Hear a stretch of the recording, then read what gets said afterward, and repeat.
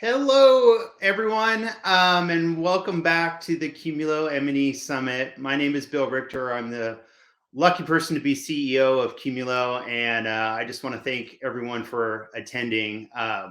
This session is me doing one of my favorite things, which is spending time with our customers and talking shop. With me today are two wonderful customers, Robert Crowther from Atomic Cartoons and JP Godmaire from Industrial Brothers. Robert and JP, welcome.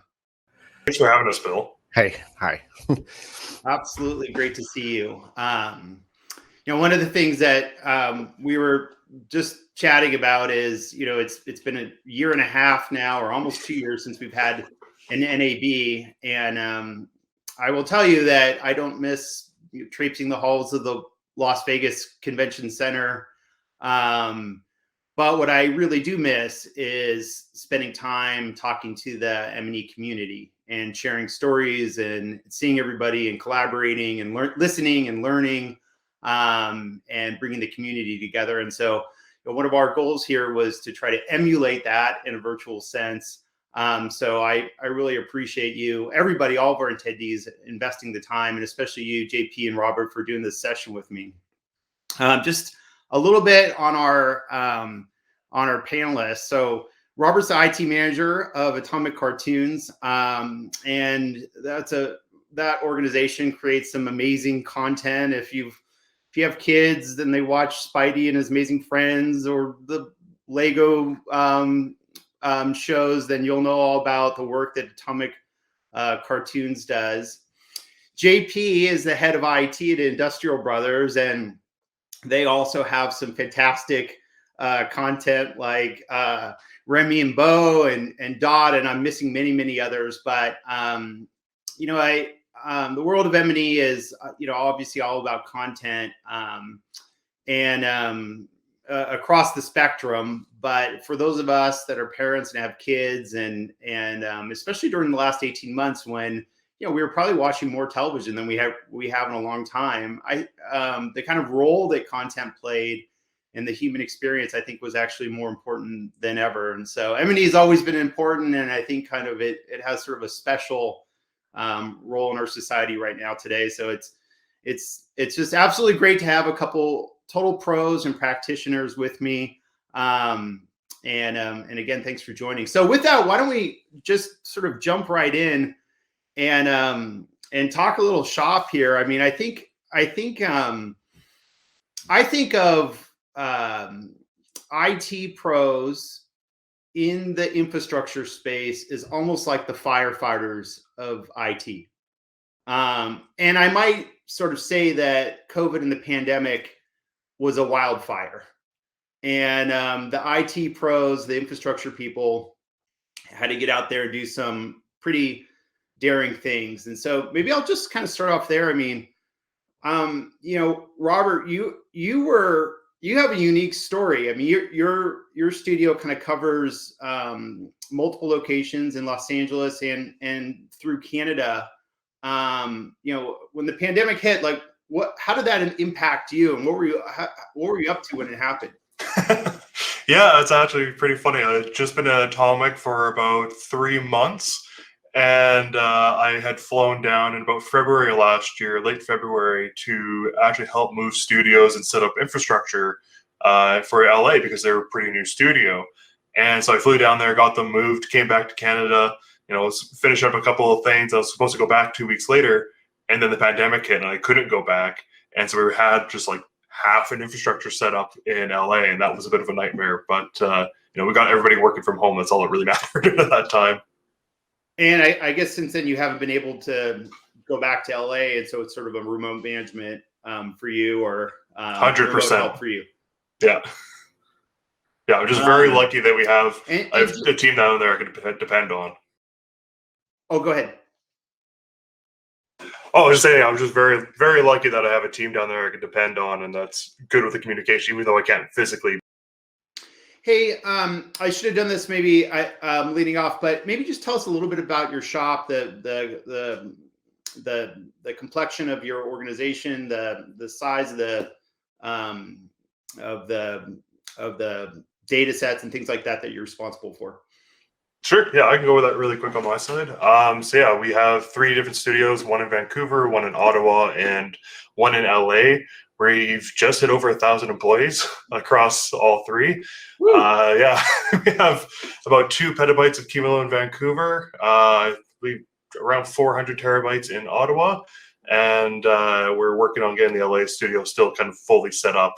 It's still been it's tough in this pandemic to get everything back into the office and whatnot. But yeah, we've been working like quite a bit with the Qumulo in Vancouver and Ottawa. And now we're starting to share projects between the 2 cities. And so now we're looking at using the replication and make sure that all we can how can we utilize that between the projects and everything else. Yeah, we as everybody in the M&E space, I'm sure everybody creates a ton of data and then deletes a ton of data really quickly. So, JP, how about you? Tell us a little bit about your organization and maybe just some facts on the IT setup. Yeah, we're not as big as Atomic. We're approximately, I want to say, 150-ish people, artists, and employees across a couple. Well, it used to be a couple physical offices, currently we have all of our storage. We have a couple clusters, and it equals under half a petabyte. But as we were talking, we're actually, as with most M&E, we're expanding our footprint, and we're looking to actually buy more Qumulo nodes soon. So to support, we'll be over half a petabyte after that. So. Well, that's great to hear. And JP has actually been a Qumulo customer across multiple organizations, which we especially appreciate.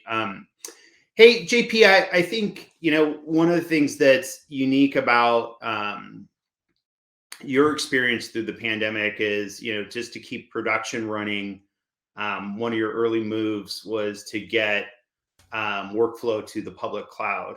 And that might have been long-term strategy, you can tell us, but it might have been out of necessity. Again, the wildfire hit, and you had to take care of it. Maybe if you could just tell us something about that experience for you and what you did to kind of solve the problems during the pandemic, the early part of the pandemic, using the public cloud. Yeah, for sure. So since we are a smaller studio, and initially we also didn't have, we have connectivity, but when we were initially looking to support work from home, when we realized that we weren't going to be able to come back into the office, we just weren't set up initially to support 100 people, even 50 people remotely over any sort of PC over IP. So I worked directly with Qumulo and the customer support team or success team to fire up AWS in the cloud. So at one point at the end of one of our productions, we had 4 episodes left to do, and so we did that completely on AWS. So with Qumulo as well. So what we did was we fired up Qumulo in the cloud. We had replication. So instead of being on-site to on-site, we went on-site to the cloud, and we had to play a bit with that to get data to the cloud and then data back from the cloud, because it's not two-way yet. So but it worked out. Like the production finished, and we finished on time, which was pretty impressive. The Qumulo was the easiest part of the setup too. Just like on site, you fire it up, you give it a name, and you're good to go. So it definitely, and in that regards, we were up and running in the cloud, I want to say in less than 2 weeks, from nothing to fully supporting the project and allowing the people to work overtime essentially to get us back on. But it was an interesting experience for sure. We've since then dialed back as we've sort of brought our infrastructure on site up to speed more, but at the time, I don't know if it would have been possible with anything else other than what we used. So it was good. Well, that must have been a pretty interesting experience, one where I'm sure everyone learned, and we were glad to do our part of it. And I think one of the cool things there is, our sort of general point of view at Qumulo is that it's about the data, not about the box or the location. And so giving customers choice, freedom, and flexibility about where to put those data sets and applications, where and when they need them, is part of the value. And I think one sort of interesting nuance in your story is that you scaled up in the public cloud, and then at some point, that bill runs if you leave it there, and so you can turn it off too and tear it down. Yeah, and even overnight, like there's a lot of savings that we learned very quickly how to try and pinch some pennies in the cloud, because if you just let it go, obviously it can be very expensive. But there are lots of ways to save money. That gives the audience some sort of sense of your shops and your organizations. I'd love to sort of maybe peel the onion one more layer. We think about folks like you as our primary customer, and you are. But one thing we always recognize is that behind you are another set of customers, your users, your customers. And I would just love to sort of hear, like, what are your customers' demands? What are you sort of like on the hook for? What makes you either a hero or puts you, what's the difference between the limelight or the spotlight for you, for your users, your customers? I could jump in real quick. Yeah, for our side, I always say that artists will always be faster than any notification system that you could ever put in place, even with quantum computing. Like, they will always let you know when something's wrong. So our artists are very sensitive to any kind of slowdowns, because they're just trying to work. If anything gets in the way and impedes that, that's affecting them, which affects our production, which affects the client. So it all has to be smooth from pipeline to IT to everything. Like, one of the issues that we were having before we got Qumulo was that, as soon as we were doing like archival of an old show, the artist would notice, because we were using more IOPS and more bandwidth from our other storage vendor, and that was slowing everything else down. And so when you were telling the artist, well, sorry, like, we have to archive this, we can't keep it on the storage anymore, we're going to run out of space. Everyone just kind of grumbles, shrugs, and moves on. Now that we have the Qumulo, I haven't got a single complaint about any network speed or anything else. I don't have to worry about it getting up to like over 85% full and slowing down. I know I can fill that thing up to the brim and get the exact same performance as it was when it was empty. And that is huge to our artists who have seen, and also our productions that have seen that, have been affected by that, and now probably have forgotten that was even ever a thing. I love your quote that we like to have really good proactive cloud monitoring of all Qumulo environments, and we think we're pretty good about sort of identifying errors or potential issues before they ever become an issue for a customer. But I love your quote that the artist is faster than any alerting system. I'm sure either the text or Slack or whatever blows up quickly. But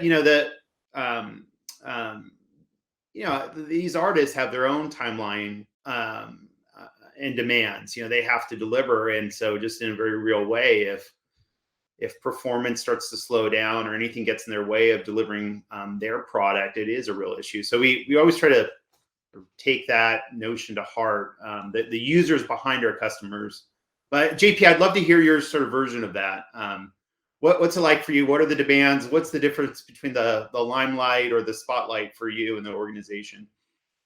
I have a similar story. It was the same thing, especially when I first came to Industrial Brothers. They had it wasn't even it was a non-commercial system being used for storage, and it became part of the day that sometimes they would have to reboot and people would just go get coffee, and it was just the thing that happened. And then in exactly the same vein, now that that Qumulo has been brought in, storage is never the thing that I have to worry about.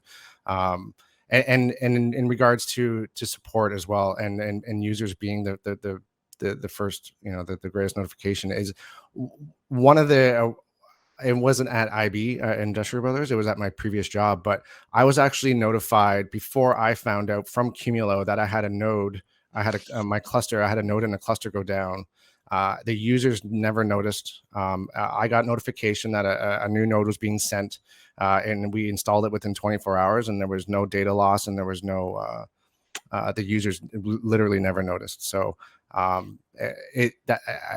to me, that's more valuable than anything else that that we could buy, in my opinion. Like there was no downtime and no data loss for something that could have been catastrophic. Yeah, I'm actually the same way, JP, where I've also had that notification at like 6 a.m. from Qumulo support being like, hey, we noticed something was weird, so we've done this. We'll chat with you when you're in. And it's like, we're sending you a drive. You're going to have to replace this one. Don't worry about anything. So it's like, okay, no problem. Yeah. It's great to hear that feedback and the investment that we put into proactive cloud monitoring of the fleet. It was intended to yield exactly these results, and there's no reason that we should wait for a customer to go figure out something that we ought to know. And ideally, whether it's a piece of media or something else, ideally we continue to try to detect those things before they even fail. And because keeping everyone up and running 24/7 is just in this business is incredibly important. I'd love maybe just to shift the topic, that with the whole pandemic, and we've all been at it for 18 months now, and very quickly a new set of practices and tools and have kind of evolved, and we've sort of figured out how to use those and leverage them. Maybe just looking way forward, I'd love to hear from you, like, what of that is kind of here to stay, whether it's a tool or a practice or a way of collaborating, that you're just like, hey, this is actually the future, and what are you going to try, if we could just evaporate the pandemic completely, what would you want to get rid of and go back to the way it was, if anything? For me, I would say, I mean, I think this is the story everywhere too. That work from home is here to stay. I think and now that efficiency is starting to come up as well. So in the beginning, there was certainly some issues with people sort of adjusting the way they worked, or how they had to sort of ramp up efficiency again. But we're getting close to the pre-pandemic levels of sort of quota that we were sort of trying to hit. It's definitely like we're going to have less real estate and more work from home. So in the future, it's definitely going to be infrastructure around supporting most likely a hybrid model. I mean, we're still talking about it internally, but it looks like there's going to be a portion of staff that will be on site at certain times of the week, but they have to be able to come and go, and also be able to work from home. So that's definitely going to place some challenges for sure. And JP, any particular piece of tech besides Qumulo that you adopted that was sort of a game changer or heavily leveraged that as a result of this kind of changing working environment? Maybe whether it's, I don't know, something like Teradici or Slack or what's the sort of one tool that you'd point to beyond us that you found particularly like noteworthy as a source of leverage? We went, Teradici is probably the other piece of the puzzle that was definitely a bit of a game changer for us, because RDP at the time, it just wasn't quite doing what we wanted. Plus that was supported over a VPN, which we weren't ready to support yet on that scale. So Teradici did swoop in, and our setup was a bit different to support.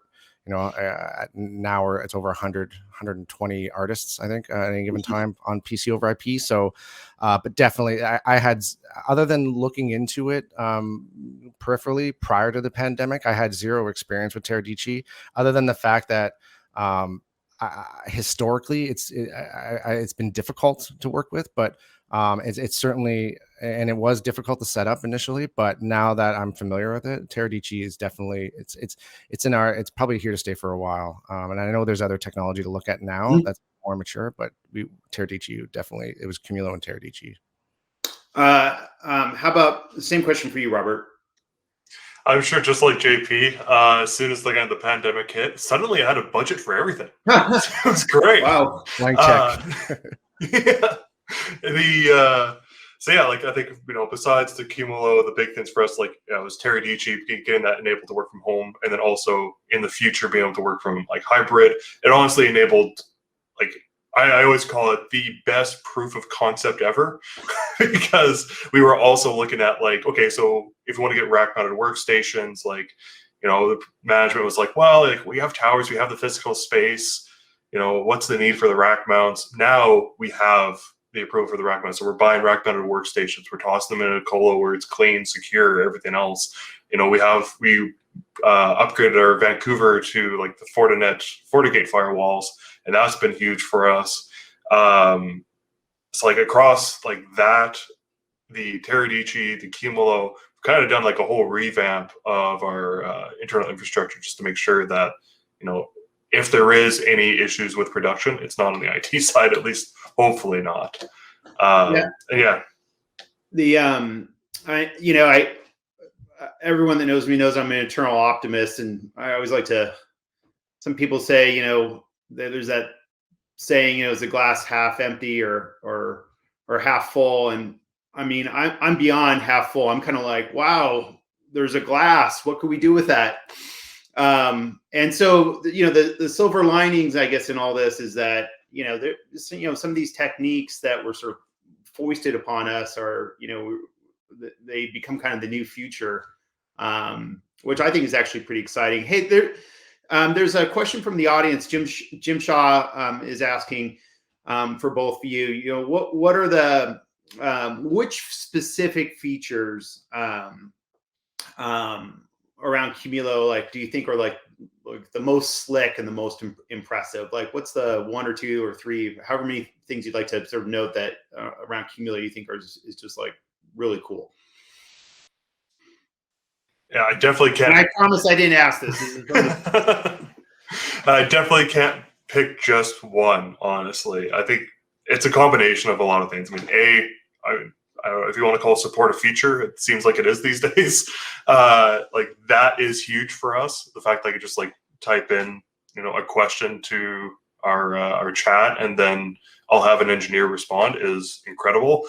Honestly, even just like from just comparing it from the last system that we were using, having real-time analytics of, what's in use from what machine, what are the hotspots for the directories, the pretty much instant upgrades that we can do for the OS. Like, I see maybe 8 seconds of disconnect for like a new big version, which is huge versus the last time I did an update of the other cluster. Original quote time was 24.7 hours, and then they got it down to 8.5. So, 30 seconds of watching a progress bar go by versus 8.5 hours of a support tech doing the work and switching it over. Like, no thanks. I'll take the Qumulo any day of the week. Great. Well, so support as a fee, and then, by the way, we would call that core tech for us, the customer success experience and fast upgrades. I'll just to react to that. Having been in this industry for 15 years and watching especially how legacy infrastructure customers would support their customers, it was torturous. And the idea there was always like, well, how do you minimize the cost of support? Because it's just a cost center, and then things would take hours and days and weeks or never get resolved. And so as I've gone around and talked to Qumulo customers, they always say, Bill, please never change this. And then they say, and I go, well, we're going to change it. We're going to keep making it better. And then they say, well, it's going to be impossible to keep it good as you scale. It'll have to get worse. And in fact, we have almost 650 customers now on Qumulo, and we survey the customers every quarter, and the scores keep getting better. And we will never back off our kind of commitment to success. The irony that it's our secret in our little M&E summit that I'll share is, customers always say, well, it's magical because you just answer my question in 5 minutes. And with the other people, it takes 5 days or 5 hours. And the irony is that, if it only takes you 5 minutes, it also only took us 5 minutes. So I don't understand why the rest of the industry wants to go on and on for hours. If you can solve it in 5 minutes, you should. And it actually saves it's actually a good way to build a business. But hey, JP, same question for you. What's the one or two or three features that you think are most sort of cool or slick or that you leverage around the Qumulo? I will second. Obviously, I mentioned it earlier too. So yes, customer success. And one thing I'll say is that you actually get to know the people as well. So which kind of makes you feel like they're invested in your success. So like like you go into the Slack channel, it's almost like friendly conversation, but also at the same time like working on something. So I can certainly I appreciate that. And then I mean, snapshots have definitely saved us a bunch of times. And one of the other things I will mention is trending too, which I find very helpful as well. So we can talk to leads saying that like, and we can easily just pull up graphs and show how we estimated this, but we're actually trending to do this. So, and it's not something that we had to pay for or set up. We just logged in and can check it. So all these things, which normally would cost time or money or both to be able to get, especially analytic wise. Qumulo just happened, you get it out of the box. So that's great to hear. All those trends reports. So we ask our team to envision what our customers will have to show their users or their boss.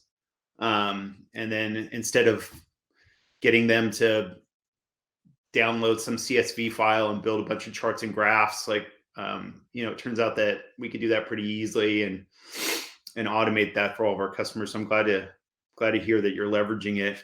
I'd love to talk just for a second about talent and your organizations and the ability to recruit and retain talent during the pandemic, and really how that I guess how important is the tech stack that you operate in terms of recruiting that talent? Like, when you're trying to hire the next person or the next person's going to join the team, how much diligence do they do with you about what you're running, and is it modern or is it not, and does that influence the ability to bring talent on the organization? It comes up now more often. Well, obviously way more often. So in how does it affect? I think that, and Robert actually touched on this at the very beginning of this, that you don't want IT to be the reason for essentially anything. So with that in mind, like, you want to make sure that that the artist is not impeded at all. So everything that we were doing, we wanted to make sure that it doesn't give the artist a reason to leave or a complaint, because just like if complaints come in, they also take time to investigate. So the more that come in, if they are longer than 5 minutes, they take away from my team to be able to do infrastructure stuff. So I think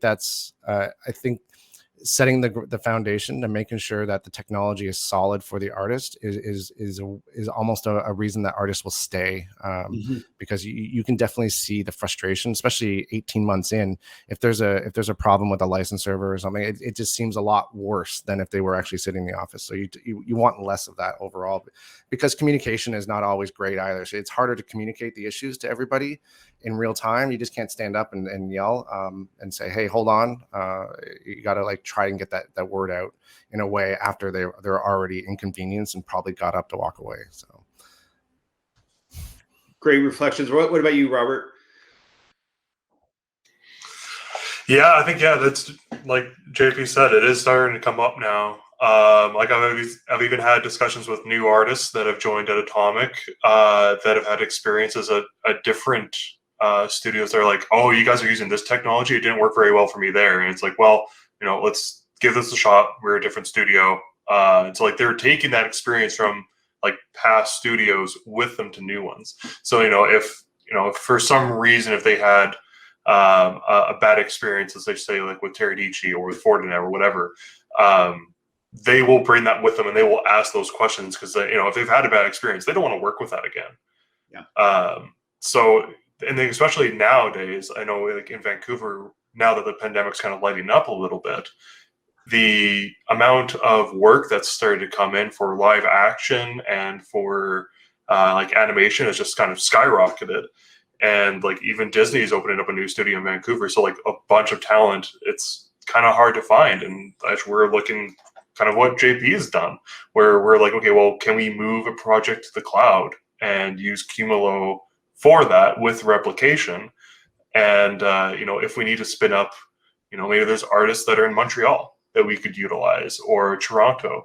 We don't want them connecting into Vancouver. Those should be a bad experience, for latency and everything else. So we want to know. We're looking at utilizing that to be able to get those artists to help us work on our projects. But again, not have the technology get in the way. Yeah, that's I think that's a fascinating sort of topic about where the world might be going. Talent is tied all over, and it makes the difference. I mean, certainly as CEO of Qumulo, I'll tell you, the people make the whole company.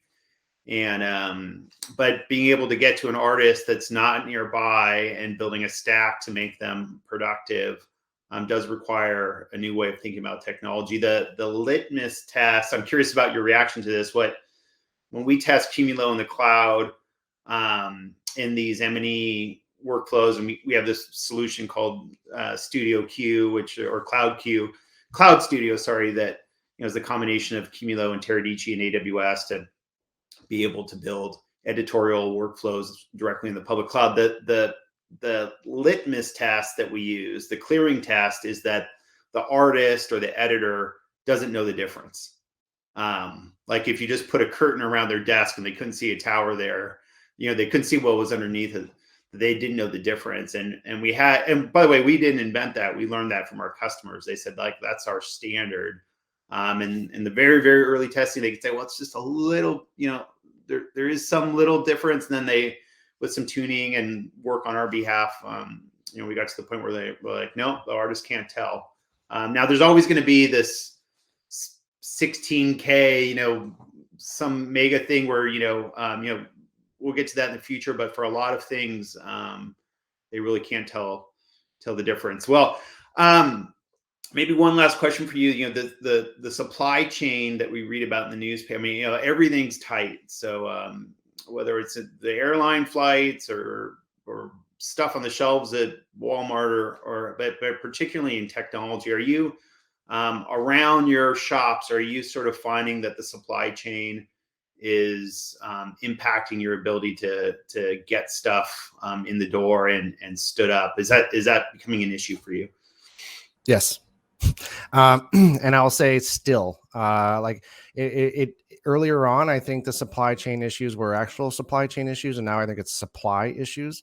I'm not entirely familiar with the Atomic Cartoons pipeline, but IB's is very much GPU. Like we use a GPU renderer, so yep. we're like, I'm still having problems sourcing. Like I need another dozen workstations, and GPUs are always the hardest part to find. So, or we pay through the teeth for them. I mean, we're actually saving a couple bucks by not having to buy monitors with every workstation. But the fact is that, yeah, everything has gone up. Like certain prices have gone up so much more, and they just haven't come back down yet. And that's totally supply, I think, more than anything at this point.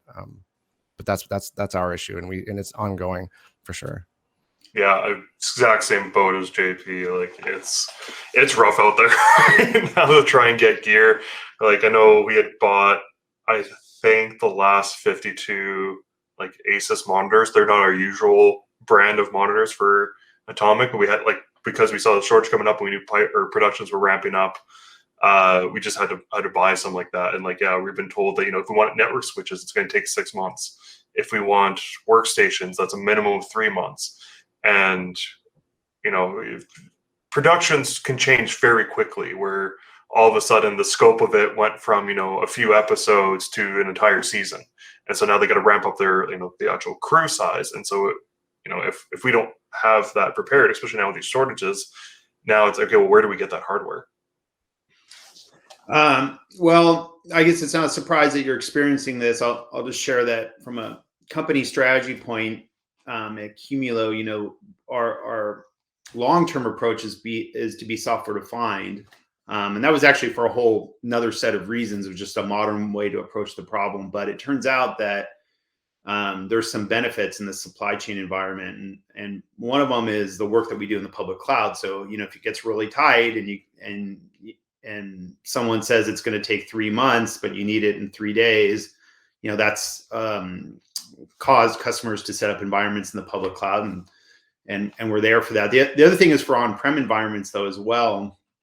You can deploy our software now on Supermicro, on HPE, on Western Digital boxes, on Quanta boxes, and these different vendors get in different positions. Some of them are in a good shape on supply, and some of them are really tight. And so we do see customers kind of taking advantage of the ability to use different hardware vendors rather than being stuck in a single supplier situation, which is always uncomfortable. Now it seems more or less comfortable than ever. Well, I have to say, Robert, JP, it's just been awesome chatting with you and learning about your worlds and talking shop. The thing that I would now I have this incredible instinct to sort of say, let's go get a beer. And I know it's a little early, but Yes. that's what we'd be doing after this. So we'll have to do that in due course and as soon as possible. But I just want to, being respectful of everyone's time and their video conferencing limits, start to wrap up. I'll thank everyone for joining. The community means a lot to us, and the community of customers, and for those of you that are customers, there's the customer Slack channel, and we love seeing customers interact with one another and share stories and ask questions. And we know that we're well aware that in media that we don't have access to, through your own channels, you all talk amongst yourselves, and we actually encourage that. We think it's a great way for people to learn from one another. And as an open company, we think that part of the movement that creates is just awesome. I'll thank our partners that are here with us today. Adobe's here, Atempo, EMAM, Foundry, Projective, Track IT, Teradici, which we talked about some, Vega Cloud and Yalo. And so thanks. We're just one piece of the puzzle. And so the partnerships that we have in service of customers are incredibly important. And maybe most importantly, I'll thank the speakers today. Jade McQueen from Box and Daniel Lin from Viacom. Robert and JP, thank you again. Steve Cronin from Fifth Kind and David Salick joined us, who's a longtime media person and an old friend from AWS today. So thanks for all of our speakers.